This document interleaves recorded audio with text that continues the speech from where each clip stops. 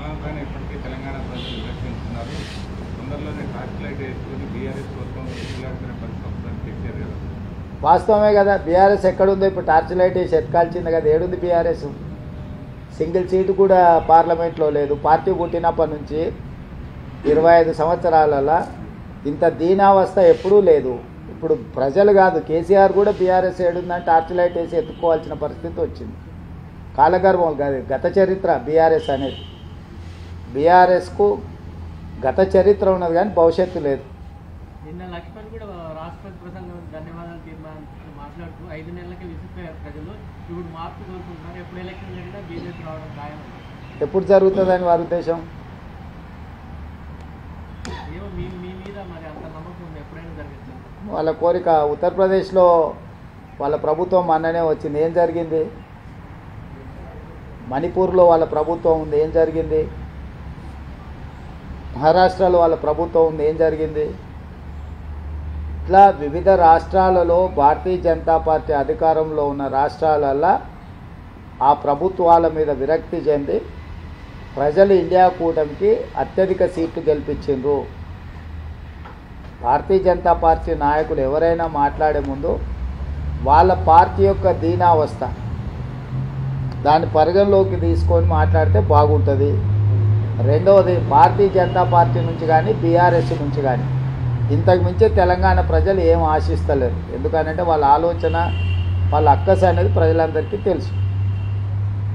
జరగబోయేటువంటి ఇరు రాష్ట్రాల ముఖ్యమంత్రుల సమావేశంలో విభజన చట్టంలోని హామీలు పెండింగ్ అంశాలే కాదు, ఇవాళ అదే అంశాల మీద మీరు ప్రధానమంత్రి గారిని అమిత్ షా గారిని వాళ్ళ దగ్గర ఈ ప్రస్తావన ఏమన్నా వచ్చిందా? ఇట్లా ఇతర ముఖ్యమంత్రులను కలిసి కూర్చొని మాట్లాడుకోబోతున్నాం తెలుసు.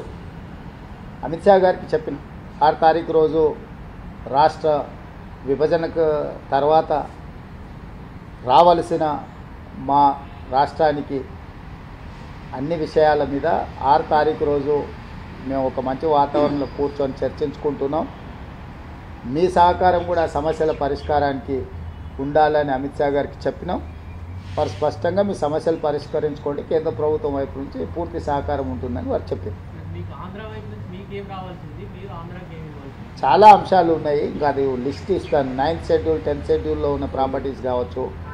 ఇప్పుడు మా బట్టి విక్రమార్క గారు చెప్పినట్టు ఆ 5 గ్రామాలు భద్రాద్రి రాముడు గుడితో పాటు అక్కడ ఉండే దేవుడి మాన్యాలు ఇవన్నిటిని కూడా మన రాష్ట్రానికి సంబంధించి, అదేవిధంగా దీర్ఘకాలికంగా వాయిదా పడుతున్న నీటి పంపకాల విషయం కావచ్చు, ఇంకా ఎన్నో అంశాలు ఉన్నాయి.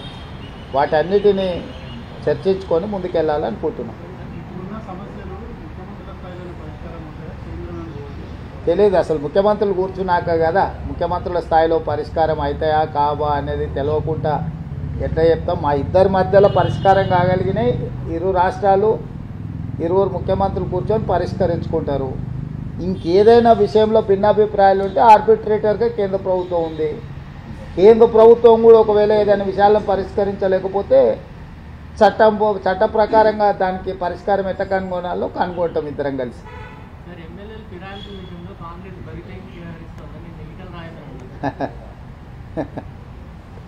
ఇక ఏం మాట్లాడతాం? 20 సంవత్సరాలు ఆయన ఎవరితో కలిసి తిరిగాడు, ఎవరితోనే అధికారం పంచుకున్నాడు? ఆయన కండువాలు కప్పేటప్పుడు ఎప్పుడైనా మాట్లాడిండా? పోనీ 11 రాష్ట్రాలల్లో భారతీయ జనతా పార్టీ ఎన్నికైన ప్రభుత్వాలను పడగొట్టింది. ఆ విషయమన్నా తెలుసా వారికి? కర్ణాటకలో కానీ, మహారాష్ట్రలో కానీ, గోవాలో కానీ, బీహార్లో కానీ, మధ్యప్రదేశ్లో కానీ, ఇప్పుడు మధ్యప్రదేశ్లో ఉన్న ప్రభుత్వం ఏం చేసి తెచ్చుకున్నారు? ప్రజలు ఇస్తే వచ్చిందా? అవును, ఫిరాయింపులు చేసి తీసుకొని ప్రభుత్వాలను పడగొట్టి ఇవాళ మహారాష్ట్రలో వాళ్ళు చేసిన పనికి ప్రజలు ఏం తీర్పిచ్చిందో ఉంది కదా కళ్ళ ముందల. అంతగా కేసీఆర్ పట్ల వీరికి సానుభూతి ఏంది? కేసీఆర్ మీద ఇంకా ప్రేమ తగ్గనట్టు ఉంది.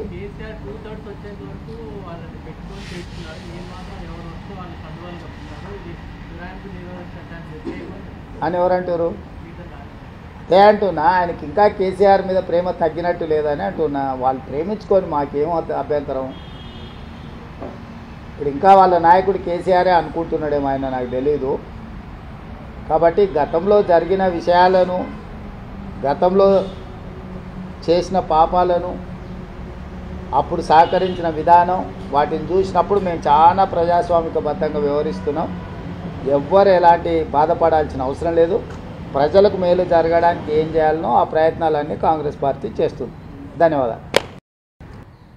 రాష్ట్రానికి సంబంధించిన అనుమతుల విషయంలో, నిధుల విడుదలకు సంబంధించిన అంశాలలో తెలంగాణ రాష్ట్ర అభివృద్ధికి సహకరించమని చెప్పి వారిని కలిసి వినతి పత్రాలు అందించడం జరిగింది.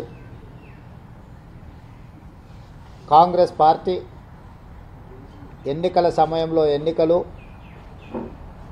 ఎన్నికలు ముగిసిన తర్వాత రాజకీయాలకు అతీతంగా కేంద్ర రాష్ట్ర ప్రభుత్వ సంబంధాలు సత్సంబంధాలుగా ఉండాలని, సత్సంబంధాలు కొనసాగించాలన్న ఆలోచనతోటి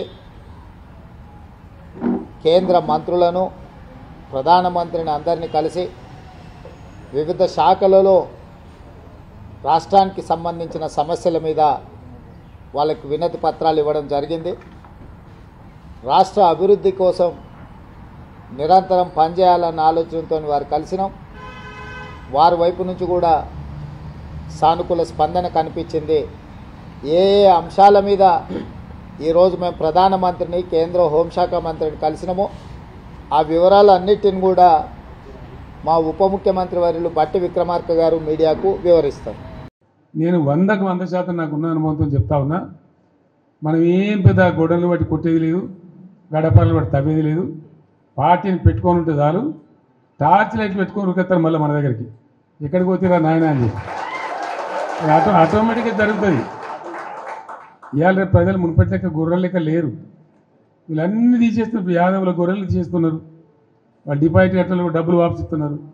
చేప పిల్లలు బంద్ పెట్టిండ్రు, ఫీజు రియంబర్స్మెంట్ బంద్ పెట్టిండ్రు. ఎన్ని రోజులు ఒప్పుకోబడతారు ప్రజలు? వాళ్ళు చూస్తారు, టైం దాకా చూస్తారు. ఉన్నాయన్నీ ఎత్తేసి మేము 1కి 2 ఇస్తామని, 2కి 4 ఇస్తామని నరికి అసలు మోసం తెచ్చినట్టు ఉన్నాయి పీక్ పారైతే ఇదేం అన్యాయం అని చెప్పి తప్పకుండా ఆల్రెడీ ఆలోచన చేస్తున్నారు. ప్రజల్లో తిరుగుబాటు ధోరణి వస్తుంది. డెఫినెట్గా మంచిగా బ్రహ్మాండంగా మళ్ళీ మనమే గవర్నమెంట్కి వస్తాం. ఇప్పుడు జరిగింది చాలు. ప్రజలకు ఏమైందంటే అక్కడక్కడ ఇప్పుడు వస్తున్న అనుభవాలు కఠినంగా ఉన్నాయి. ఇక చాలనుకుంటారు.